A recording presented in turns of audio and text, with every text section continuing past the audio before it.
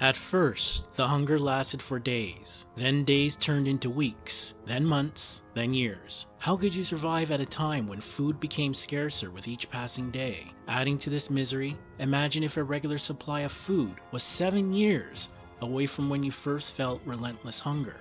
Welcome to the Great Famine of 1315 to 1317. It is 1315 AD, and Benedictine monk John of Trocolo witnessed the ravages of a great famine gripping northern Europe. He was compelled to chronicle this horrific event so others could read about the misery which existed in England at that time. Here is just a portion of his account. Start a quote. Meat and eggs began to run out. Capons and fowl could hardly be found. Animals died of pests. Swine could not be fed because of the excessive price of fodder. A quarter of wheat or beans or peas sold for 20 shillings, barley for a mark, oats for 10 shillings. A quarter of salt was commonly sold for 35 shillings, which in former times was quite unheard of. The land was so oppressed with want that when the king came to St. Albans on the feast of St. Lawrence, August the 10th, it was hardly possible to find bread on sale to supply his immediate household. The dearth began in the month of May and lasted until the feast of the Nativity of the Virgin, September the 8th. The summer rains were so heavy that grain could not ripen.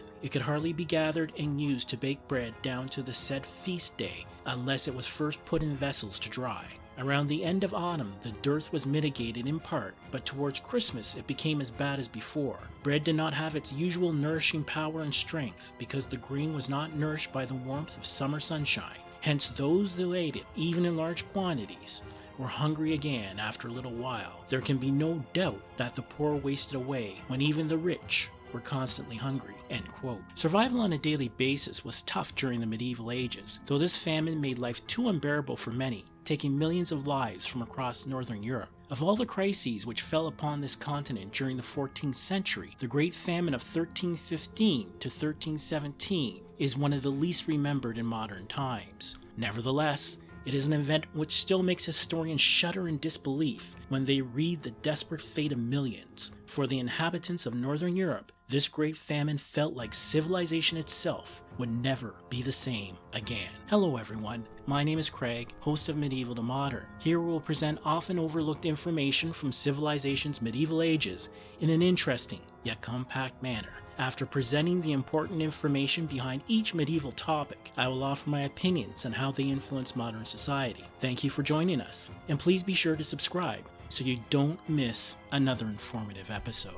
Today, it is common for people to make a comment about the weather when we greet each other. Usually, other than a possible inconvenience because of temporary climate conditions, we endure no lasting harm. However, for people living in northern Europe from the spring of 1315 to the summer of 1317, they were not so fortunate. During this period, horrific weather patterns caused crop failures, while poor animal health decimated livestock numbers by up to 80%. The nightmare result was that in a total area estimated at 400,000 square miles, food was scarce to none. Yes, famines in the medieval ages were not uncommon. In fact, a typical person would endure up to 4 famines in their short lifetime. Here is where we will consider another fact. This was a period when, according to British royal family records at the time, 30 years of age was their members' average life expectancy. Each day later, the Grim Reaper could tap their shoulder at any time. Therefore, even without famine, your time on Earth was very brief indeed. Now, let us return to the critical subject of weather. From 1050 AD until the late 13th century, Europe's population increased dramatically. Favorable climate conditions during the medieval warm period helped make this population increase possible to support. Then, as the 13th century drew to a close, this good weather would slowly disappear. What is now known as the Little Ice Age replaced warmer climate conditions, leading to a decrease in temperatures across northern Europe. During the month of April 1315,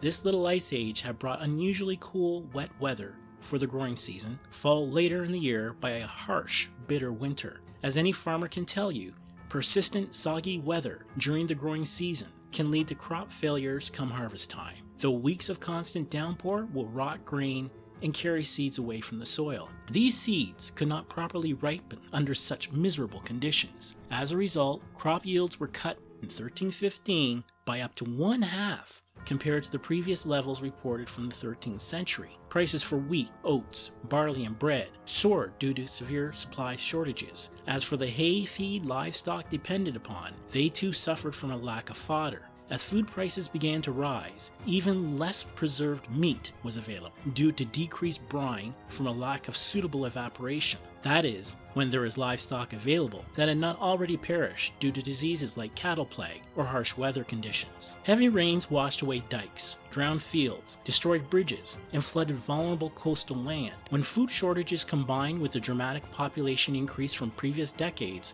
Northern Europe experienced severe nourishment hardship. Many would go hungry, scavenging for edible wild roots, grasses, and even tree bark to survive widespread hunger. Another bitter contributor to this suffering was the feudal system itself, under which a vast majority of the population toiled each day. The nobility did not always use their land with best practices in mind to maintain its health. Overuse of farming land was common, as landowners desired even higher yields to satisfy the large population increases of preceding decades. Therefore, land that would not otherwise be suitable for farming was utilized to satisfy strong demand. Now, with the dramatic change in weather, it was a practice that would intensify the severity of this great famine, for the yields from such lands would be lost, as this hard climate damaged vulnerable land with longer periods of heavy rain. Ironically, when one thinks of the term saving for a rainy day, these landowners had barely enough put away for themselves, and certainly none for serfs. This too contributed greatly to the suffering of everyone, including these landowners. Unfortunately, there was no relief from severe weather when the spring of 1316 arrived, as heavy rain and severe cold persisted. Peasants, who represented 95% of the population, did not enjoy the convenience of emergency supplies. With noble families having a tough time feeding themselves, their obligation of care for serfs ceased. Experiencing a dramatic decrease in revenue from their land holdings, these higher classes in the feudal system needed to raise funds for their own survival. Land sales, obtaining loans, and selling valuable possessions were just a few ways they attempted to gain money for purchasing food. As for peasants, they did not have such opportunities. Therefore, they slaughtered work animals, and even ate cats and dogs. Peasants also ate the seeds normally used to sow crops. In the most miserable cases of hardship, parents left children to fend on their own for survival. During these horrific times, finding food was not your only danger. With increasing numbers of people becoming criminals to avoid starvation, you had to defend yourself and your possessions at all costs. To be sure, lawlessness at this time was becoming a growing issue. Even those not previously involved with crime were drawn into it to feed themselves or family. Poaching, livestock rustlings, and breaking into unguarded homes for food were some of the more common violations. Though with tens of thousands starving, theft, burglary, and even murder also became a desperate means for survival. Overshadowing all of this misery were major conflicts throughout Northern Europe, which included participants England, Scotland, Bavaria, France, and the Scandinavian region, among others. It seemed governments would do little to help the common people, so confidence in these institutions collapsed. Scarce resources directed to these campaigns and their ongoing destruction made the horror of this great famine almost impossible to endure. As each new month arrived with staggering suffering, people thought their agony could not become any worse. They were wrong, as the start of 1317 actually became even more tragic for the northern part of Europe. Weakened, malnourished, and with a severe lack of food resources, the unthinkable happened on more than one occasion. In some countries, cannibalism was documented to have occurred. Within the northern part of the continent, under some horrific instances, family members turned on each other to survive. These actions are unfathomable today or at any other time. Though under this great famine, the depths of starvation and despair people endured was beyond comprehension. Disease also set in to ravage the population of Northern Europe. Bronchitis, pneumonia, and a host of other illnesses would cut deep into the population. Even the common cold became deadly, with so many people having weakened immune systems. Conservative death counts at 5 to 10% of local populations were the brutal toll as this great famine hung over villages and towns. As for relief from this nightmare, normal crop yields would not return in full until 1322.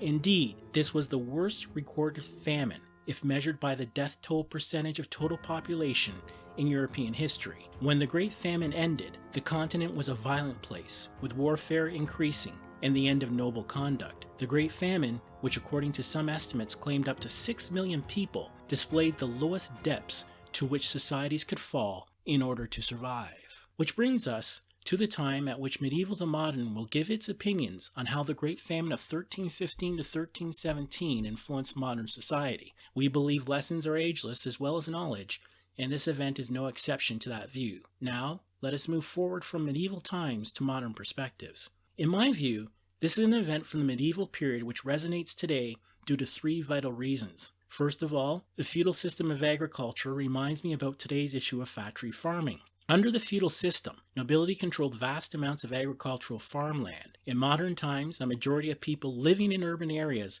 also rely upon food from a decreasing number of major producers.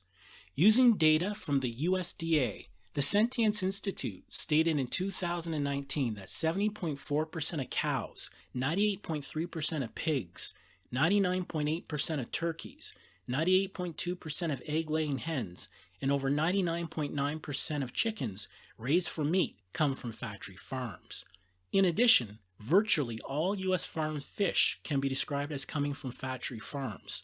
But there is even more evidence of an increasing trend of industrial concentration within agricultural production. If we look back to 2017, the USDA estimated at least 30% of American farmland was owned by non-operators that leased out this valuable soil to farmers. Which brings us back to issues during the Great Famine concerning concentration of agricultural production. For instance, what are acceptable agricultural practices which respect land and environment with sustainable yields? Or, like in feudal times, is short-term profit maximization the only rule to follow? What about the ease of transmission for diseases which can destroy concentrated yet vast food supply resources? Instead of millions of peasants that starved when tragedy affected the food supply, millions of people today could go hungry if these factory farms experience disease outbreak, a logistics disruption, or an environmental disaster. One can reasonably assume this concentration of food resources in a few hands is similar to the time of the Great Famine.